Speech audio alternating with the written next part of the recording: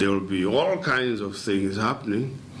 But here we're trying to save the public sector, but we're also trying to redirect expenditure to on the investment side, and to come out of a very difficult situation. And it is doable. And by the way, the conversation is not just about numbers. The conversation is about the wage bill. You can have the same numbers, but with a lesser wage bill, if we agree to do certain things about the level of compensation, for example.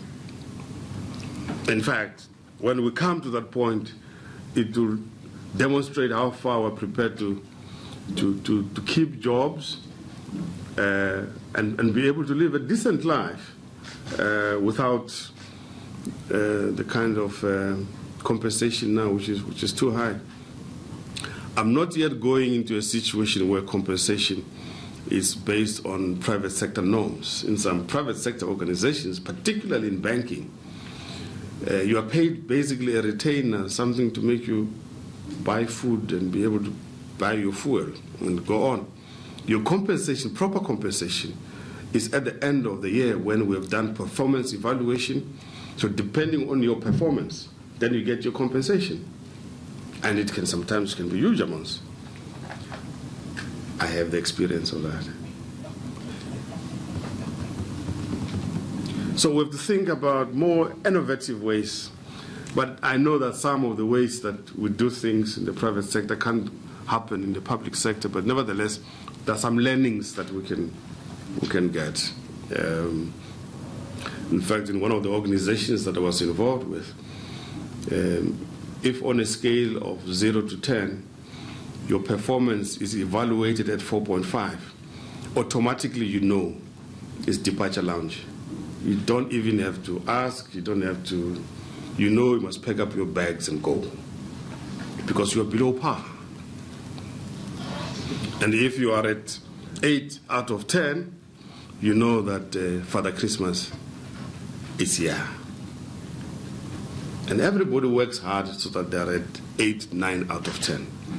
4.5, pack your bags, don't even tell your colleagues, pack your bags, and you go. So, but whether you can have that kind of thinking in the public service, I doubt, but nevertheless, there's something in there about performance evaluation. Not an automatic 13th check. When I was signing my contract here, there's some way it talked about 13th check. I said, what is this? You still have 13th check? What 13th check? And so, this is a bonus. I said, bonus what? How can you determine bonus before I've done evaluation? Can't you bonus again? You need bonus again. Anyway, fortunately, that's not my job as minister. I end at this job. Okay. Hi, Minister. My name is Bulelani from SABC. You get a chance. We didn't get a chance to ask this. You're coming now. No, you're coming after this one, Pretoria.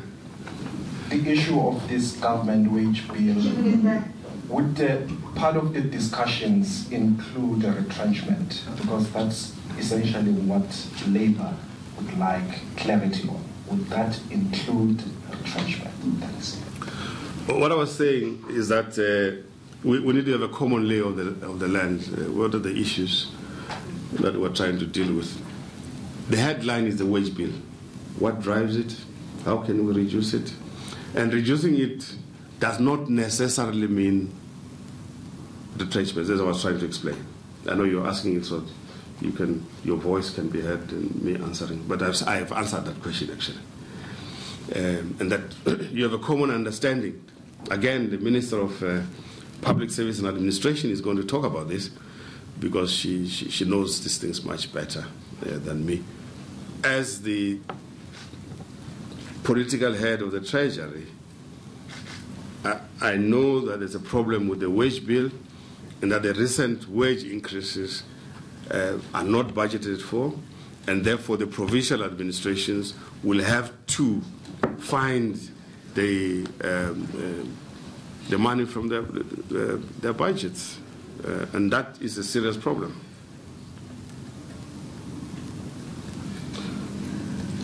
Okay, this is not nice to say. If you're looking at numbers, for example, this is not nice. Please don't bend me at the stake for this. Every year people die. They include people in the civil service. The question is, do you replace all of them who have died, or do you let it go? Sounds bad, what I've just said, but it's a reality.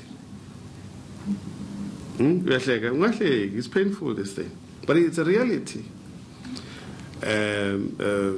People resign. In hundreds of people resign from the civil service every year. The question is, how do you manage that process? If there's just an automatic replacement, which doesn't take account at these levels, which are the higher compensation levels, then it's a problem. But at the same time, you have to be very careful that you don't let people go from the civil service who are technically competent, have experience, and you need them. So to answer your question, I think when you start the conversation, you must never rule out anything. But at the same time, you must not be clappy about it. You must be open-minded. Yeah? Lateral thinking. That's.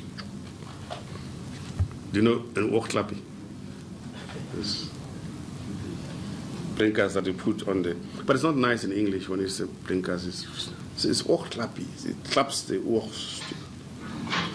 Okay, Pretoria. Hi, Minister. My name is Justin Brown. I'm a journalist with City Press. Just wanted to ask you regarding your comments regarding SARS. You say regarding SARS that the leadership team must be strengthened. I hope you don't mind if I put a direct question regarding the Nugent's inquiry recommendation that Tito Mboweni be removed. Do you have a view on that? And do you have a view on whether other things that need to be done to fix SARS? And I just want to also ask you a question regarding Denel. Denel apparently has run out of money or is very difficult financial position. Any plans regarding Denel's financial position? Thanks a lot.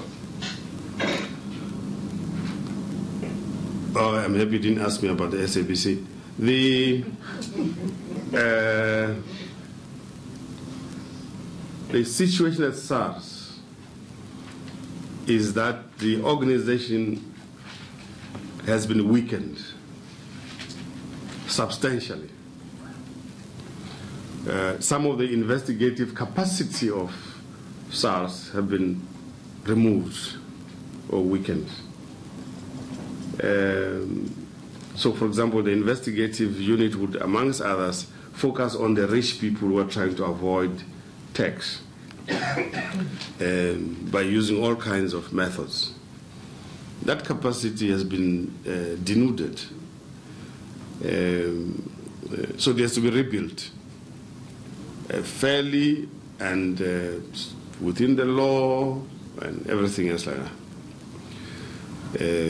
Because you need to improve this collection capacity. So the acting commissioner, I wish he was here, but he's not, he has said to me that we're having to employ people. Some might come back who have left, or we might deliberately go on our knees and ask them to come back to rebuild this capacity. The Nugent Commission was appointed by the President. So details about whatever action steps will be taken based on that report, they have to be directed at the President's office. Incidentally, as it turns out, the law was changed inadvisedly to make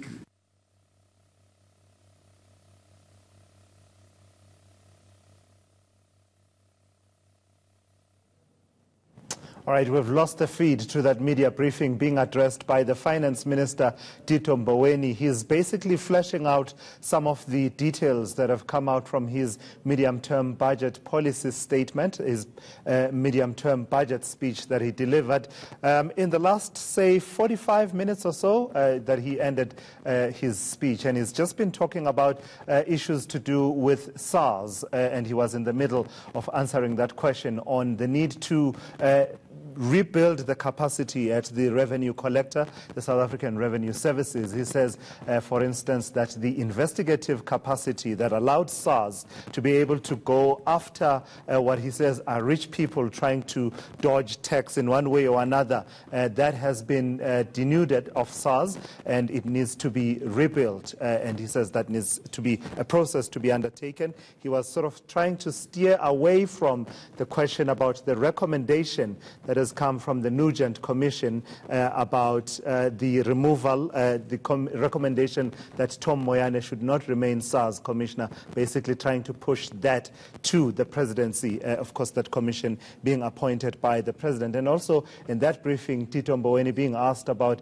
the proposals around the wage bill, government's wage bill. In the budget speech, he identified it as the biggest pressure in as far as government's expenditure is concerned, and it needs to be attended to. And he was saying that reducing the government wage bill does not necessarily translate to retrenchments in government. It could be talking about the compensation levels that are there in government, how much are people earning and what are the structures, what bonuses are paid, and also how do you employ people and allow natural attrition, what they call natural attrition in employment circles to take place. So that is the media briefing happening in Cape Town by the Finance Minister. Let's recap now on what has come out from the budget speech. Finance Minister Tito Mboweni says SARS needs strong leadership in order to function properly.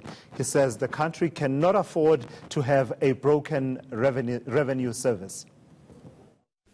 Reconfiguring our state-owned companies requires us to take a hard look at how they operate. Our current challenges with state-owned companies present us with an opportunity to demolish the walls that exist between the private and public sectors. To demolish the walls that exist between the private and public sectors. Along with other key economic institutions, we will urgently fix the South African Revenue Service. It is a matter of public record that the capacity of SARS has been weakened. It is in this context that the SARS leadership must and has to be strengthened. We cannot expect to continue functioning effectively if the tax collection authority is broken. At the same time, Mboweni says government is committed to fighting corruption and restoring good governance. He says the Director General and Treasury will work together to reduce wasteful expenditure. We can spend our money better, Madam Speaker. Too much money goes missing. We must restore good governance and fight corruption in all of its forms. Money that leaks out of the system is no longer available to support our efforts to reduce poverty and lighten the burden on the poor. Madam Speaker, among the many tweets we received from the South African public was a plea to strengthen internal auditing capacity at our municipalities. It is necessary for us as a country to face up to the events of the recent past and learn from them. We are taking the following steps to strengthen financial management. First, Treasury will work with the Office of the Auditor General to reduce fruitless and wasteful, irregular and unauthorized expenditure. Law enforcement agencies will be requested to act swiftly without fear or favor against those implicated in wrongdoing. Well, the Finance Minister has announced 3 more zero-rated items to mitigate the impact of the VAT increase on low-income households. After considerable debate and consultation, as of the 1st of April 2019, government will zero-rate the following items. Number 1, sanitary pads.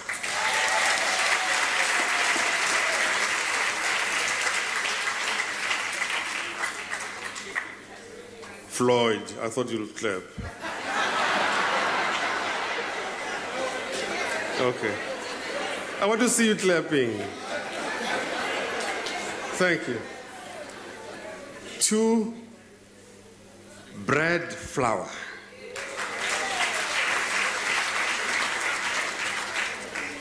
3, cake flour. Now, I know you are clapping, that's very good, but here is the thing. So the revenue loss associated with zero rating these items is estimated at 1.2 billion rand. So, yeah. Shakarata but. However, zero rating these products targets low-income households and restores the dignity of our people. Some really good news coming through from the budget speech there, particularly that announcement made by the Finance Minister. We are ready to take you back live now to Cape Town, where the Finance Minister continues to address journalists. Let's listen in. Substantive questions, right? Huh? No, Helmer from here, from Pretoria. Yes. Minister, your predecessor, a year ago, said there would be a list of asset disposals ready in March this year.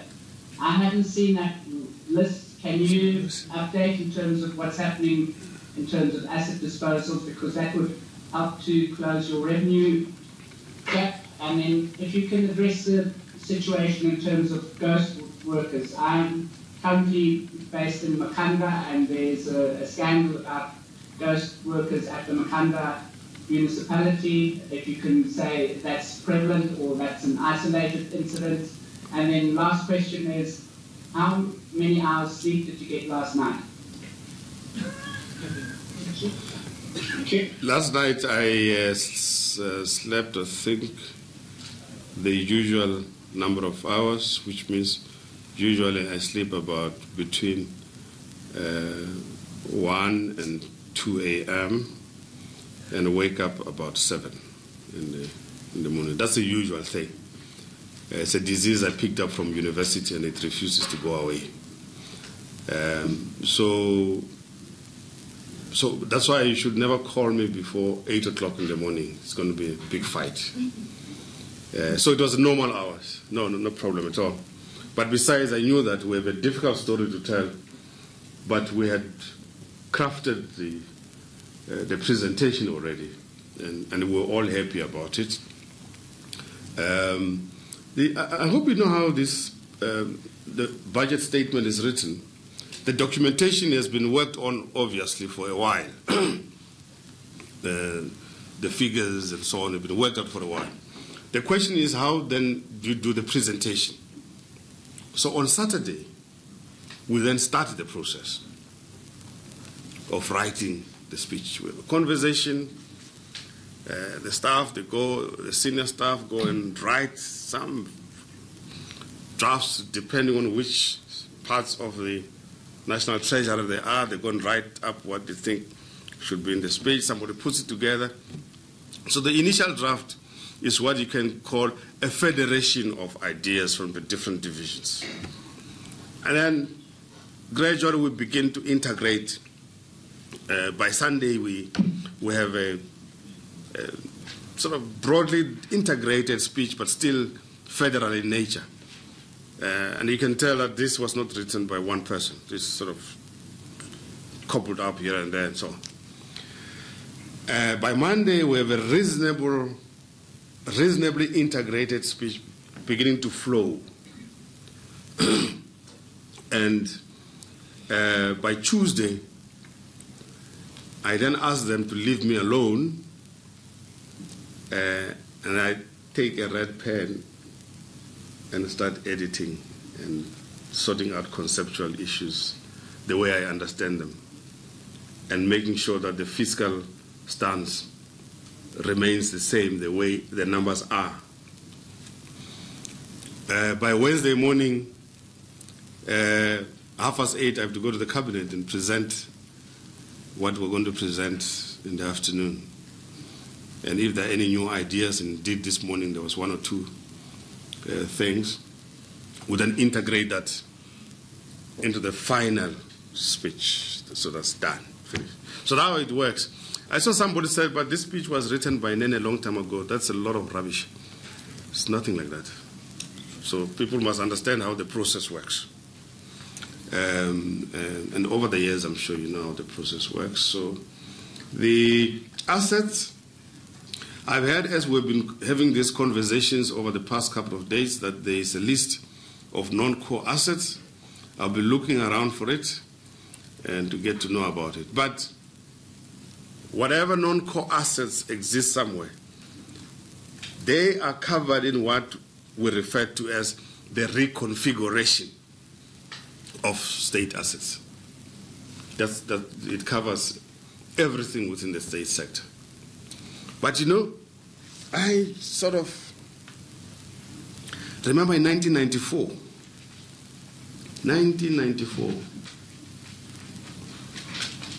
I think Princess Stella Skau was a Minister of Public Works, Enterprises.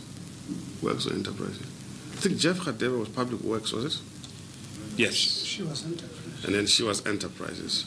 And the Public Works Minister, Jeff Radebe, I just recall this, that we agreed on the identification of all state assets and non-core assets in 1994. So when we come back to the cabinet in 2018, people still talk about the same thing. It feels like reincarnation a bit.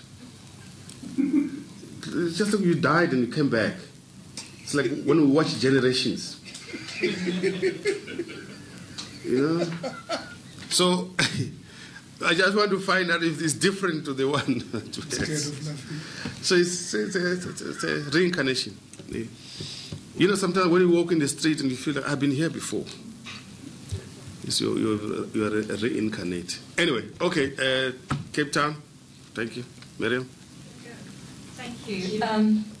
Okay, I had a question that was kind of related to the last one. We have been hearing about the sale of non-core assets for each of the last few years at these presentations. And I noticed that in your speech, when you were talking about the reconfiguration of SOEs, you mentioned the involvement of the private sector many times, and you emphasized it. Now, could this possibly include some form of privatization?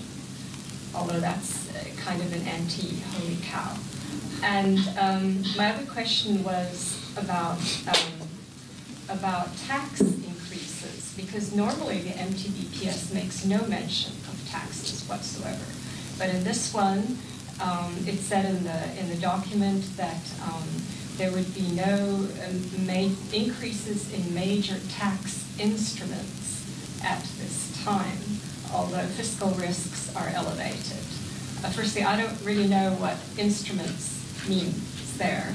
But I just wondered, how long do you think that this can this actually really be avoided when the government, when the Treasury wants so much to restrain, to maintain fiscal discipline, and perhaps get the budget deficit back to a 3% handle? Well, I don't know what they meant by that, but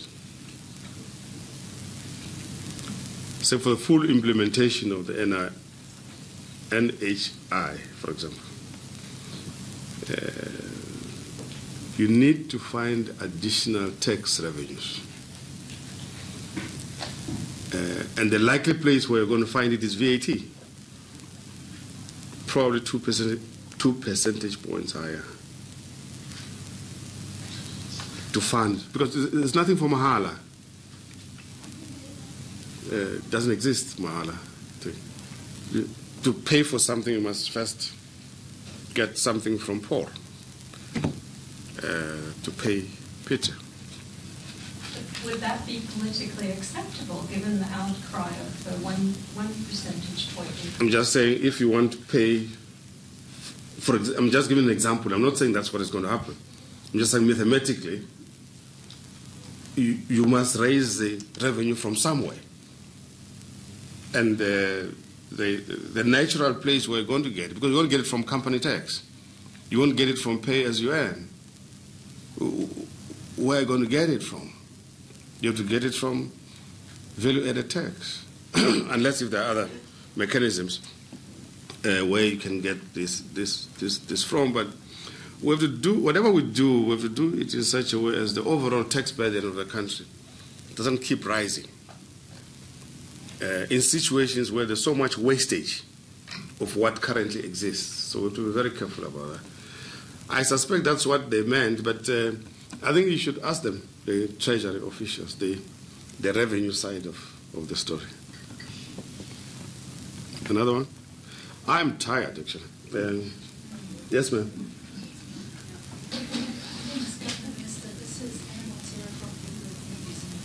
The rand weakened and bond yields spiked following your speech today in Mexico. I was just wondering what you make of that reaction, and also if this means that the markets are quite worried about the potential for credit rates to be downward. Does this mean that you're going to see potentially stricter measures come the February budget review?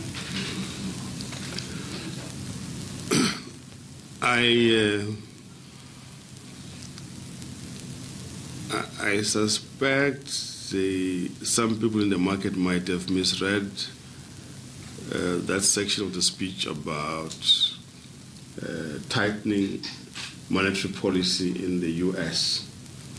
and its possible meaning or implication for emerging market currencies, spreads, and the carry trade. But I think on second reading of the speech, I think they'll come down a bit. To understand what we're trying to make. Secondly, they were probably second-guessing the ratings agencies. I don't know what the view is. Some of my colleagues are having a conversation with the ratings agencies now. We'll get a sense about how they feel about the story. But if once the markets look overall at what is contained in the statement, I think they'll get a sense of a balance. I think they'll get a sense of balance. I think also they might have been unhappy about the consolidated deficit number. But again, now that we've explained why that is the situation, I suspect they'll come down a bit. It's a tough world. It's a tough world. But it would also benefit from you guys not throwing uncooked stories, I'm sure, into the wire services. Yep. Thank you, Ms. Can we just take two last questions and close? Thank you. We'll take Reuters and Business Day. Good day, Minister. It's Mfoneko from Reuters News. Just considering the large discrepancy between the kind of growth that is needed and the kind of growth that we're likely to achieve and the implications on revenues, is it fair to say that austerity measures are now needed to get us back on a sustainable path? Thanks.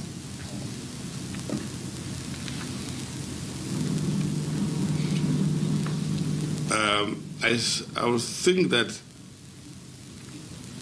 the best that we've thought about for now is what we've presented. And since there will be there's no planned any other statement for any austerity or other measures, we should live with what we have now.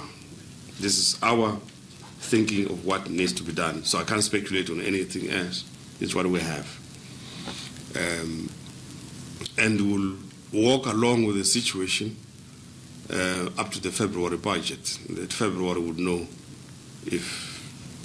whether there are any major developments which might warrant us changing our minds. But for now, this is where we are. And this is what we have to deal and live with. And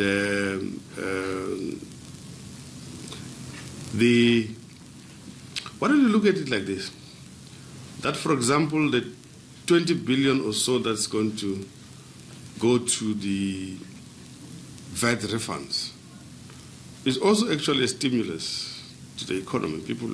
Companies, people will have an additional amount of money in their hands, depending on where it is going to go. So that's good. The allocations which we have made to the package of measures to stimulate the economy is positive, I think. And the relief that we're providing to people. Was it cake flour? What is it? It's cake flour and bread flour. Cake flour, bread flour. I don't know the difference between this. I wanted somebody to take me to the shop to show me the difference. But the president said I mustn't worry. He's going to take me to the shop himself to show me.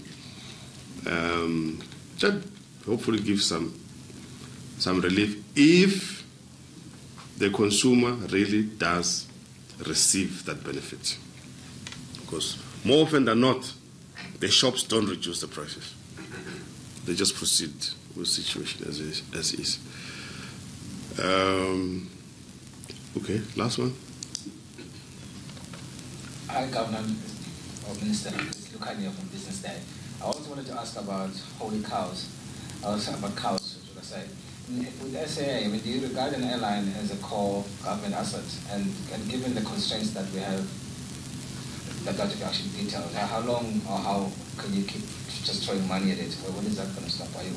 What is the limit? And my answer is SAA is not a holy cow at all.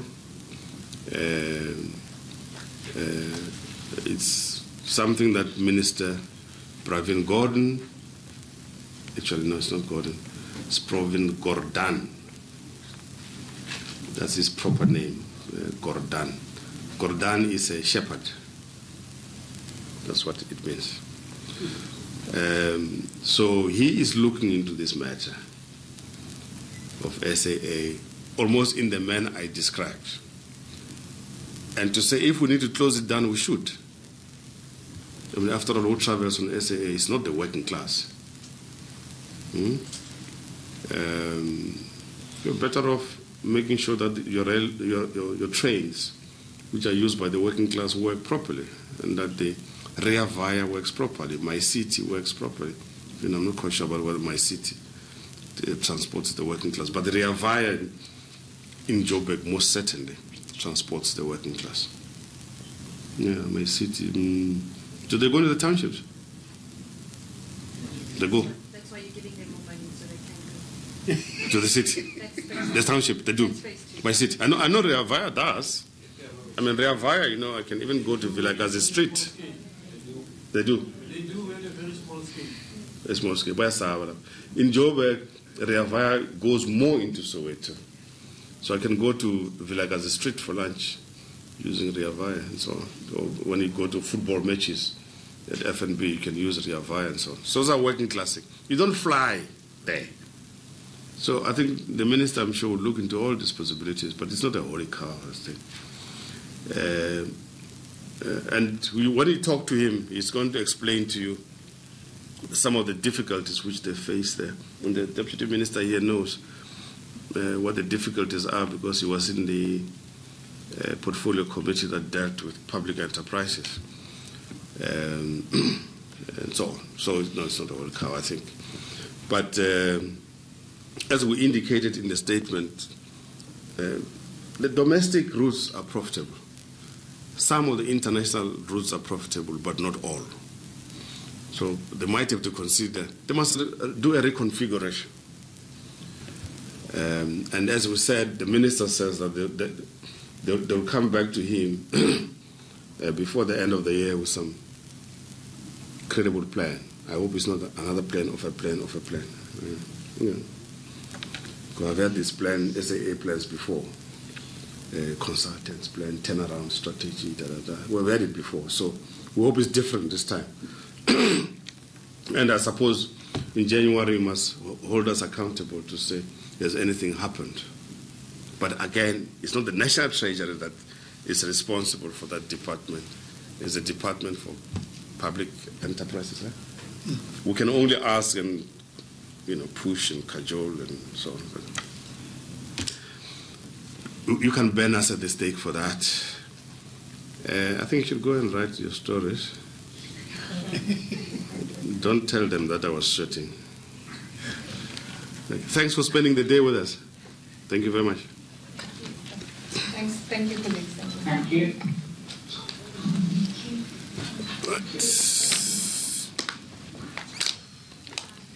Did you do the rating session?